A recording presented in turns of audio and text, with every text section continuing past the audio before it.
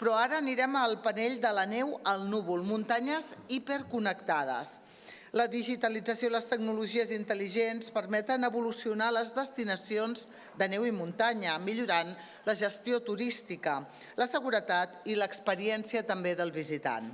S'explorarà en aquest panell com la connectivitat, les dades en el temps real i les solucions basades en la intel·ligència artificial permeten optimitzar recursos, preveure condicions meteorològiques o gestionar fluxos i personalitzar també tots els serveis. Modera aquest panell José Estevez, cap del projecte sènior de la plataforma intel·ligent de Destinacions de la Direcció de Relacions Institucionals de Segitur, Espanya. José, quan vulguis. Hola, buenos días. Gracias, muchas gracias. Buenos días a todas y a todos. Un placer estar aquí en Andorra. Lo primero, agradecer a la organización por invitarnos a compartir todas estas experiencias que estamos viviendo aquí y todos los mensajes que estamos viendo. Bueno, yo voy a empezar mi presentación en castellano, después cambiaremos a inglés para dar la bienvenida a mis ponentes. Para los que no conozcan qué hacemos en Segitur, quiénes somos, nosotros somos una empresa pública dependiente del Ministerio de Industria y Turismo del Gobierno de España y vinculada a la Secretaría de Estado de Turismo. Nuestro objetivo es promover la innovación en el sector turístico español, impulsar la transformación digital, apoyar a las empresas y, sobre todo, promover un turismo sostenible. Y nuestro trabajo siempre ha basculado entre la metodología y la tecnología. Nosotros, en cuanto a la metodología, tenemos un modelo de evaluación de los destinos inteligentes que llevamos poniendo en práctica durante mucho tiempo y que se basa en 5 pilares fundamentales: la gobernancia, la innovación, la tecnología, la sostenibilidad y la accesibilidad. En estos 5 pilares hay una serie de indicadores, hay una serie de requisitos que pedimos a los destinos y a través de los cuales los evaluamos. Esto acaba siendo un asesoramiento a los destinos que les permita mejorar, les acaba dando recomendaciones que les permita, digamos, impulsar su gestión inteligente. Como fruto de toda esta evaluación se ha creado la red de TI, Es una red de destinos que comparten buenas prácticas y que les ayuda a avanzar. Ahora mismo tenemos 716 miembros dentro de la red de TI, de los cuales 518 son destinos turísticos y 89 son empresas, mayoritariamente tecnológicas, que colaboran con la red de TI aportando soluciones. Solo un detalle más, y es que de esos 518, 10 destinos han superado el 80% de la evaluación, con lo cual han obtenido la certificación de destino turístico inteligente. El resto pues están en proceso y están trabajando con ello. Yendo a la parte tecnológica, uno de los grandes proyectos es la plataforma inteligente de destinos, que es, digamos, lo que me ocupa la mayor parte de mi trabajo. Para nosotros es como un camino lógico de evolución, de madurez digital. Al principio, digamos que en un escenario cero, todos los destinos no tenían plataformas, trabajaban con sus soluciones, promoción, con sus datos de visitas, etcétera, muy aislados. En un primer escenario, aquellos destinos maduros que tenían capacidad para implementar plataformas inteligentes empiezan a recoger datos, empiezan a trabajar con sus datos, pero todavía de forma muy aislada, todavía trabajan con su información. En un segundo escenario ya llega la plataforma de destinos, que lo que trata es, en primer lugar, de recoger toda esa información de las plataformas, agregarla y utilizarla de forma que tengamos una imagen mucho más global de cómo funciona el turismo en España. Pero claro, todavía tenemos un problema. Hay muchos destinos pequeños que no tienen capacidad de llegar a esas plataformas, de tener esas plataformas. ¿Cómo conectamos con ello? Y ahí es cuando llegamos al verdadero potencial. Creo que aquí se nos han escapado algunas plataformas en las imágenes, pero no hay problema. Llegamos al verdadero potencial de la plataforma inteligente de destinos, que trabaja a 2 velocidades. Por un lado, conecta todas esas plataformas de los destinos, agrega la información y nos ofrece esa imagen global, y por otra, habilita a los destinos más pequeñitos a tener una serie de capacidades y de herramientas tecnológicas que les permitan conocer al visitante y mejorar su gestión inteligente. Bueno, lo importante de todo esto y lo que hace este proyecto verdaderamente único y verdaderamente potente es que es una infraestructura pública digital. O sea, no se trata de un proyecto tecnológico que impulse una empresa, no, es el propio Ministerio de Industria y Turismo el que, a través de la Secretaría de Estado y Segitur como herramienta ejecutora, promueve esta infraestructura, que lo que hace es recopilar todas las interacciones de los turistas y toda la gestión de los destinos y todas las empresas, y las pone a disposición de los objetivos objetivos de los destinos y, sobre todo, para mejorar un recomendador inteligente de cara a los visitantes que pueden utilizar a través de los canales. Conocemos al visitante y le recomendamos mejor. Este modelo turístico cambia la perspectiva que estamos teniendo hasta ahora, ¿no? Buscábamos más visitas, buscábamos más gasto, ahora nos centramos en las personas. Personas que gestionan destinos, que son los responsables de gestionar, de tomar decisiones sobre los destinos. Personas que generan empleo en los destinos, las empresas que trabajan y que tienen que estar perfectamente informadas no solo de lo que hace el destino, sino también de las preferencias de los turistas. Personas que viajan, evidentemente el turismo no sería nada si las personas no viajaran. Y tenemos que darles esas experiencias personalizadas que comentaba Jordi en la anterior charla, ¿no? Que decía, bueno, tenemos que buscar la forma de ofrecerles experiencias, que es lo que ellos buscan, experiencias muy conectadas. Y, por supuesto, los residentes, un cuarto agente que es fundamental. Mejores servicios a los turistas implica también mejores servicios a los clientes, quitando toda esa presión que en ocasiones están sufriendo, ¿no? No voy a entrar en la parte tecnológica, tenemos una serie de componentes, pero aquí me interesa trasladaros una idea que además conecta muy bien con las charlas anteriores. Lo que trasciende debajo de toda esta tecnología es un modelo ontológico de turismo. Trabajamos con la semántica. ¿Y esto por qué? Pues porque, como se ha dicho en la primera charla en la que estaban Alina y Lina y estaban hablando de turismo de salud, me parece que fue Alina la que comentó de que hay una disparidad de lenguajes, no hablamos el mismo lenguaje, sobre todo en el turismo de salud no se hablaba el mismo lenguaje. Esto pasa en todos lados. O sea, no se llama igual un restaurante tradicional en Galicia que un restaurante tradicional en Canarias que un restaurante tradicional en Cataluña. Y son el mismo, es lo mismo. Para lo que es el turismo es el mismo concepto. Entonces necesitábamos este lenguaje y hemos creado la ontología de turismo que trata de homogeneizar el lenguaje y que todos los destinos y sobre todo sus sistemas tecnológicos trabajen con esa capa base. Eso es muy relevante de cara al proyecto. Bien, aparcando la plataforma inteligente de destinos y yendo a la parte de otra de las partes de los proyectos muy interesantes tecnológicos que estamos trabajando, es el espacio de datos de turismo. Es un espacio de confianza donde los usuarios, los que poseen ese dato, pueden activarlo y ponerlo a disposición de otras personas. Se intercambian datos, pero manejando una serie de reglas que están muy estudiadas. Si conocéis toda esta movida de los espacios de datos que se está trabajando en Europa, pues hay una corriente muy importante de cómo se tiene que trabajar toda esta infraestructura de datos y nos basamos en 5 principios. La interoperabilidad, tenemos que ser capaces de intercambiar datos. La soberanía, el propietario del dato no tiene que perder la propiedad del dato en ningún momento. No se trata de un data lake donde vuelcas tu información y pierdas el control de quién la está usando y quién no. No, esto es un intercambio uno a uno. Y la gobernanza es muy importante. Hay una gobernanza general del espacio de datos que marca unas reglas de trabajo para el espacio de datos y hay unas reglas de política de uso que marca cada propietario del dato. O sea, si yo no quiero, no comparto. Eso es importante.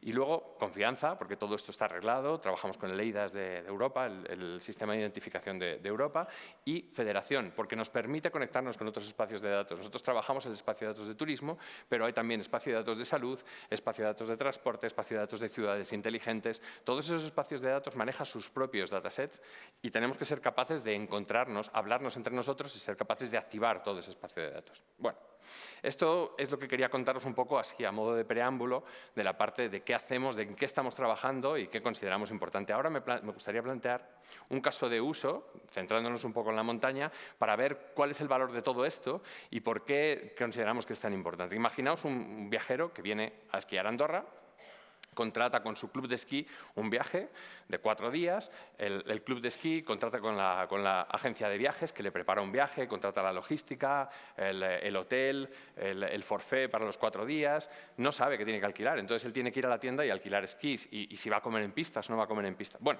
aquí tenemos, ¿quién tiene el dato? O sea, cada uno de estos agentes que estamos viendo en la pantalla tiene una parte de la experiencia, pero no tiene la imagen global y el destino mucho menos. Hay veces que el destino no llega a tener toda esta información.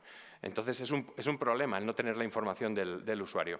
Si nos tiramos un puntito más atrás, este visitante, que ahora mismo está viendo a Ordino, pues tiene más viajes en el background, o sea, tiene un histórico de viajes, ha estado el mes pasado en Andorra con el mismo sistema, con el mismo club de viajes, pero el mes anterior se fue a hacer leer con unos amigos en coche y ahí no tuvo hotel, ahí cogió una casa rural y no comió en pistas, porque después se fue a la casa y cocinó lo que tenía, ¿no? Y el mes anterior pues alquiló una autocaravana y se fue a hacer leer a Cantabria, que también tienen pistas de esquí, y bueno, pues allí estuvo con su familia y en ese caso ni comió ni tuvo alojamiento. ¿Qué pasa? Que Ordino destino, que es el viaje que nos ocupa ahora mismo, no tiene una traza de todo esto. ¿Cómo va a conocer al visitante si no tiene esa traza? Entonces, si tiramos más atrás todavía, hay más viajes de este usuario que tampoco están trazados. Viajes de cultura, viajes de negocio, viajes gastronómicos, viajes con amigos. Todo eso nos hace que desconocemos realmente al usuario. Y eso es muy importante. Esto también se habló en las sesiones de ayer. La información, el problema es que la información al final está en silos. Y esos silos, no hay conexión entre los agentes y el destino. Y eso es importante. No hay una activación real de la información. Por mucho que la IA quiera personalizar nuestras experiencias, si no existe esta recogida de datos, si no existe esa trazabilidad del usuario, manteniendo el anonimato, por supuesto, pero que seamos capaces de catalogarlo dentro de un perfil y de conocer exactamente sus preferencias, pues tenemos un problema. Tenemos que llegar a conocer a las personas. ¿Y cómo hacemos todo esto con la plataforma inteligente de destino? Bueno, en primer lugar, ponemos en el centro al usuario y trabajamos con todo el ecosistema turístico de empresas, de su pasado, de todas las conexiones que hacen, y nosotros trabajamos con el antes, el durante y el después, perfilando, buscamos el perfilado del visitante. Todo este perfilado que conseguimos a través de todas sus interacciones, al final redunda también en el bienestar de los residentes, porque somos capaces de recomendarles mejor, somos capaces de desestacionalizar y somos capaces de desaturar determinados puntos que sabemos que tienen mayor congestión, ¿no? En una pista de esquí eso es muy claro. O sea, hay muchas veces que a una hora determinada tienes un montón de gente en un mismo sitio y es bastante complejo. Y todo esto se hace gracias al ecosistema de plataformas como la plataforma inteligente de destinos y el conjunto de herramientas que dotan a los destinos de esas capacidades de recoger la información, agregarla, anonimizarla y trabajar con las preferencias del usuario. Bueno, esto es un poco el punto de vista que yo quería lanzar. Now I'm going to change to English to introduce my fellow panelists. Two remarkable women leading two outstanding projects. Each of them will give a brief presentation, followed by a short panel discussion. In the first place, Jessica Fisher is the founder and CEO of GuestOS, an AI-powered communication platform that helps hotels, destinations, and tourist operators keep visitors informed in real time, including during emergency situations. She brings first-hand experience with the complexity of mountain destinations and also serves on the Yosemite Tourism Board. Jessica, welcome to the stage. Okay. Then Ada Xu is the Director of International Affairs at Flygy, Alibaba Group's travel platform, leading global partnerships and destination strategy to connect international destinations with Chinese travelers. Ada, welcome to the stage. You have the power. Okay. Thank you.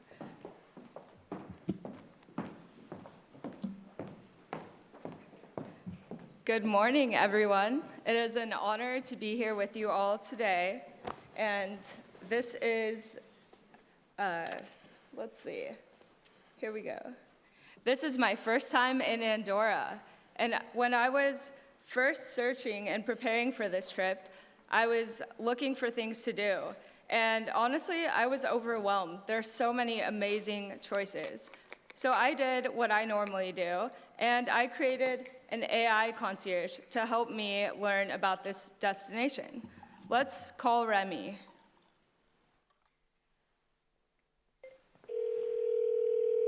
Welcome to Andorra, in the heart of the Pyrenees. This is Remy. How can I help you today? Hey, Remy. I am visiting Andorra for the first time, and I'm flying in from San Francisco. How can I get to you? Welcome to Andorra. Since Andorra doesn't have its own airport, you'll need to fly into a nearby international airport and then continue by car, bus, or train. From San Francisco, here's how you can make your way here. 1. Fly to a nearby airport. The closest major airports to Andorra are Barcelona El Prat, BCN, in Spain, about 200 kilometers away. Toulouse-Blagnac, TLS, in France, also about 200 kilometers away. 2. From the airport to Andorra, by bus, there are scheduled bus services connecting Andorra to Barcelona and Toulouse. These are convenient and run frequently. By car, from Barcelona, take the N145 via La Seu d'Urgell. From Toulouse, take the N22, N20, and N320 via the Col de Puymorens mountain pass or tunnel. By train. If you're coming from France, the nearest train station is L'Hospitalet-Près-Landor, about 11 kilometers from the border. From Spain, you can take a train to Lleida-Pyrenees station and then continue by bus or car. 3. Closest airport. Okay, that sounds amazing. And I'll be visiting with my sister, Sarah, and we love to immerse in local cuisine and the great outdoors. What would you suggest for us? You and Sarah are in for a treat. Andorra is perfect for food lovers and outdoor enthusiasts. Here's what I'd recommend. For local cuisine, borders. Dining. Try dining at a border, a traditional mountain building converted into a restaurant. They serve authentic Andorran dishes like veal, aromatic herbs, and mountain wines. Traditional dishes. Don't miss out on Andorran specialties like trinxat, potato and cabbage dish, escudella, hearty stew, and ratassia de la Carmeta, a local liqueur. Cooking workshop. If you're feeling adventurous, there's a gastronomy KM0 cooking workshop at Restaurant La Platja del Poble in Andorra la Vella. It's a hands-on way to learn about local ingredients and flavors. For the great outdoors, hiking. Explore over 100 mountain trails, including the GR Country Route, which lets you traverse the entire country without stepping on tarmac. Tristaina Solar Viewpoint. Take a funicular and chairlift to this iconic spot at 2,701 meters for breathtaking views of the Tristaina Lakes and Ordino Valley. Nature parks. Visit Sortony Valley Natural Park or the UNESCO-listed Madriu Perafita Claro Valley for stunning landscapes and diverse flora and fauna. Adventure activities. If you're up for some adrenaline, Natureland Adventure Park offers activities like the Tobotronc, a 5.3-kilometer toboggan run, and snowshoeing. Would you like me to help arrange anything specific for you and Sarah? That all sounds wonderful. And Sarah only speaks Spanish. Can you speak Spanish? Claro que sí. Puedo hablar español sin problema. Si Sara necesita información o ayuda en español, estaré encantado de atenderla. ¿Hay algo más en lo que pueda ayudarles? Está bien, gracias. What about French? Bien sûr, je parle aussi français. Si Sarah ou vous avez besoin d'informations en français, je suis à votre disposition. Y a-t-il autre chose que je peux faire pour vous? Okay, that's great. And I'd like your help to book the Viewpoint tour. Can you help with that? I can't book the Tristaina Solar Viewpoint tour directly, but I can transfer you to the right team who can assist with that. Would you like me to connect you now? Yes, that would be great. Connecting you to the team for the Tristaina Solar Viewpoint tour now. Hi, Jessie. This is Anna with Tristaina Solar Viewpoint. I can help you plan your visit. What time are you thinking of going? So I created that last night, and it's real time. Anyone can call it today and discover how things to do in Andorra. Today, I will be talking about real-time communication in mountain destinations, how we move from fragmented systems to something connected, responsive, and always available. I'm Jessie Fisher, and I grew up in hospitality industry just outside of Yosemite National Park. If you haven't been there, please contact me because everyone should see it.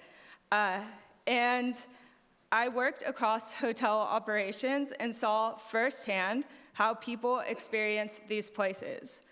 And over time, I started to see a pattern, not just in hospitality, but in how entire destinations communicate. Over the years, nature has shown us how unpredictable these environments can be. Floods, rock slides, wildfires. My family has lost 2 homes to wildfires in the past 8 years. And in those moments, I saw something very clearly. When crisis hits, the systems we rely on fail when we need them the most. When something happens, visitors call for help, but the phones go unanswered. People who need information get voicemail or nothing at all. We cannot prevent disasters, but we can change how people experience them. We saw this at scale in Los Angeles last year, one of the most destructive wildfires in history. Traditional phones went to voicemail and crashed over overloading. In 48 hours, we deployed 3 AI-powered hotlines with local partners. No app, no internet required, just a phone call. This helped thousands of people in moments, displaced families looking for housing and resources, elderly residents who could not navigate websites or apps, animal rescue teams coordinating pet reunification. Non-English speakers access more than 70 languages at the same line. The phone is still the most inclusive technology we have. And this is not just a wildfire problem. It happens every day in mountain destinations. Calls surge, staff gets overwhelmed, language barriers remain. Connectivity is limited. Whether it's Yosemite, the Pyrenees, or the Alps, the people who need information the most are often the least likely to get it. When you look at a mountain destination, every stakeholder is experiencing the same, is focused on the same visitor. Government, accommodation, amenities, public safety, destination management, local businesses. But there's no communication infrastructure between them. So a guest calls one place to get the information, but it lives somewhere else. The way it works is, and back in Yosemite, where I serve on the tourism board, we passed Secretarial Order 3434 last year. For the first time, gateway communities across the national park system in the United States are formally recognized as stakeholders. And it mandates something simple, but transparent, ongoing communication every quarter. And that's the challenge. We're now saying communication is required, but we have not built the infrastructure to support it. So the question becomes, what if the phone becomes the lifeline? And the way it works is simple. A caller dials in from any phone, from any location. The AI responds 24/7 in any language. The info line is synced and adapted by staff in minutes. And when needed, the call connects directly to the right source. This is not just for emergencies. Mountain destinations need communication infrastructure that works 365 days a year, in every season, in every language. In crisis mode, it delivers evacuation updates, multilingual emergency information, and surge capacity. In concierge mode, it handles guest recommendations, bookings, trail conditions, weather, and events. Same infrastructure, same phone number, 2 modes, and always ready. For decades, I watched people struggle to get the information they need in these environments. That is changing now. The mountain does not wait, and now the information does not wait either. When you call, we answer. Thank you. Heather, please.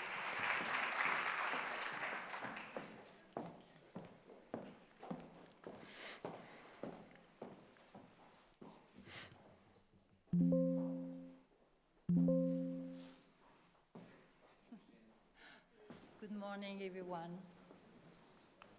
Oh, yes. So, really nice to meet Andorra.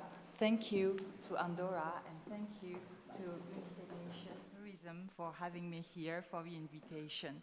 So we have great point of view from 2 days sharing. So I think that it will be very interesting for me to share another point of view from China, one of the biggest travel player, and from Chinese market.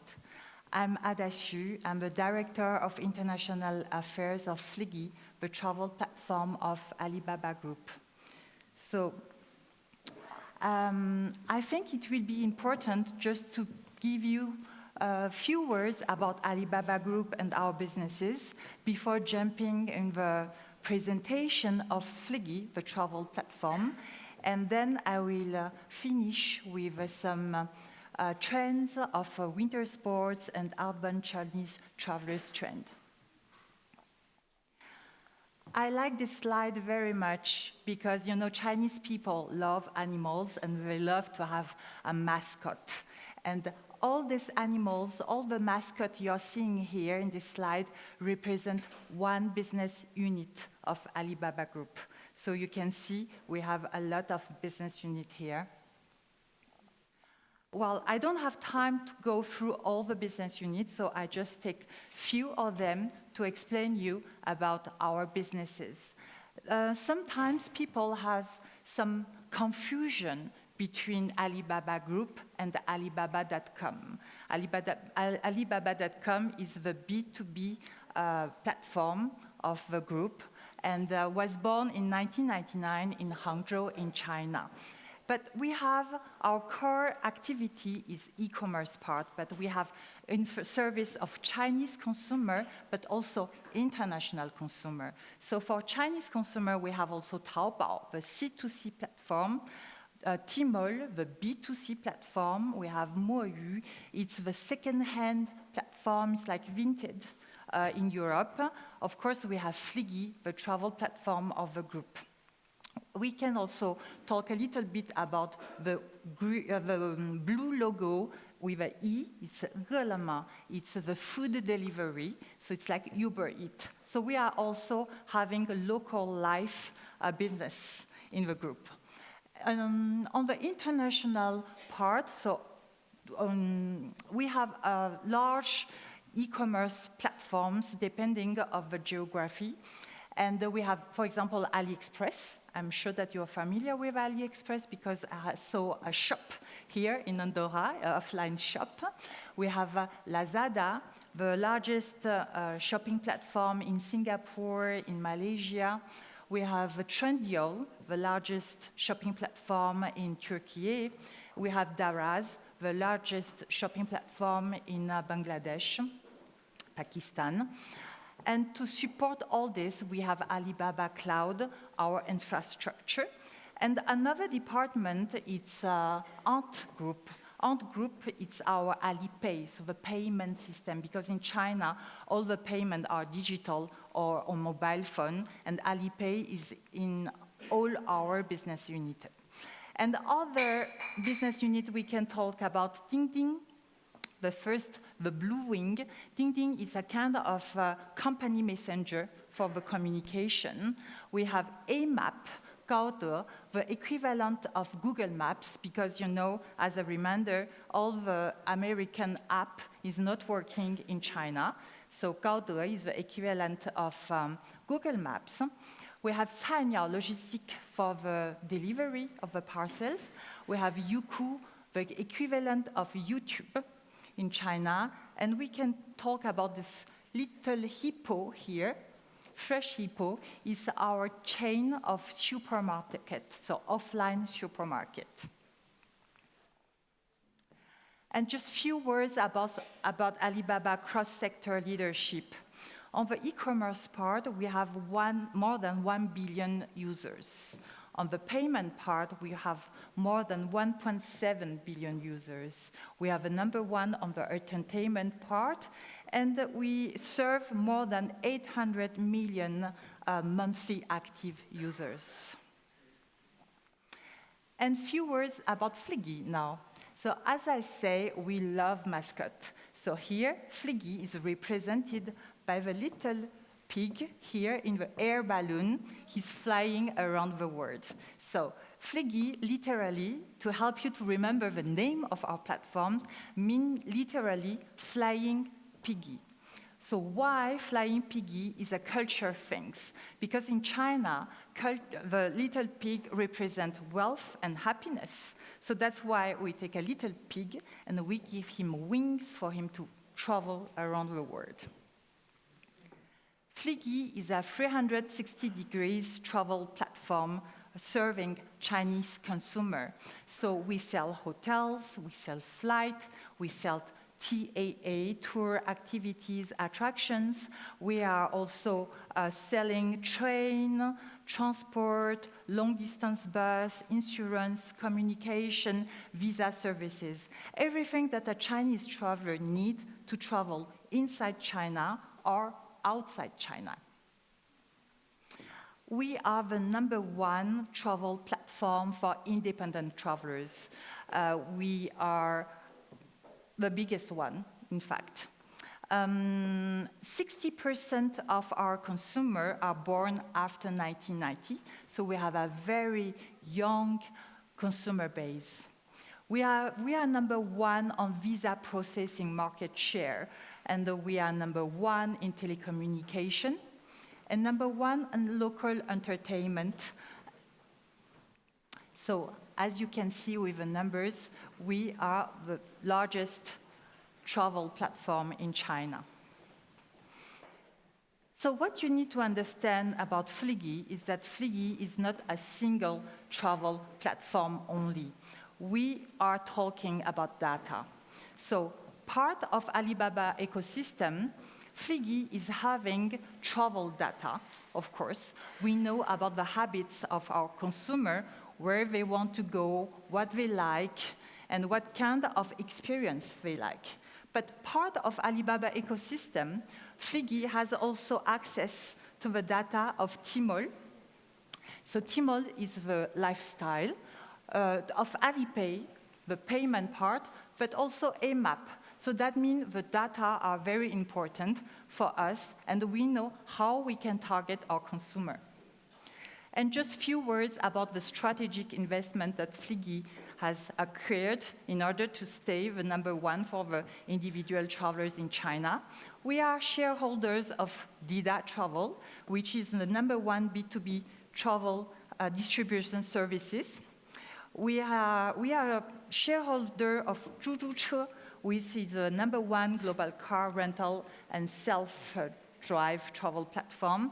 And also, we have share in the China's second largest homestay platform.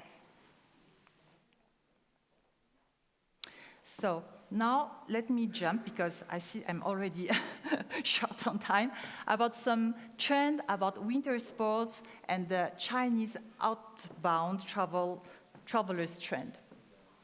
We see that from riding the excitement of Milano Cortina 2026 Winter Games, domestic ice and snow tourism order has more than tripled, so 300% year on year. And we have noticed that the top winter destination for our client in China is Changbei Mountain, Songhua Lake, Yabuli, Chongli, and Jiangjun Mountain. And also at the international stage, we have Japan, Austria, France, Italy, Switzerland, and Georgia. We see also a very original link between movies and mountain, a very famous trend now in China. So thanks to 2 movies, Pegasus 3 and also Biaoren, we have 3 filming locations who has boomed in their hotel room booking, more than 100%. We have Sichuan, we have Qinghai in Delinghua, and we have also Xinjiang in Karamay. So I put you some pictures in my presentation to give you an idea also of the diversity of the mountains landscape in China. And also 2 trends, very important trends for Chinese IFIT individual travelers. So we noticed that the first one is more independency.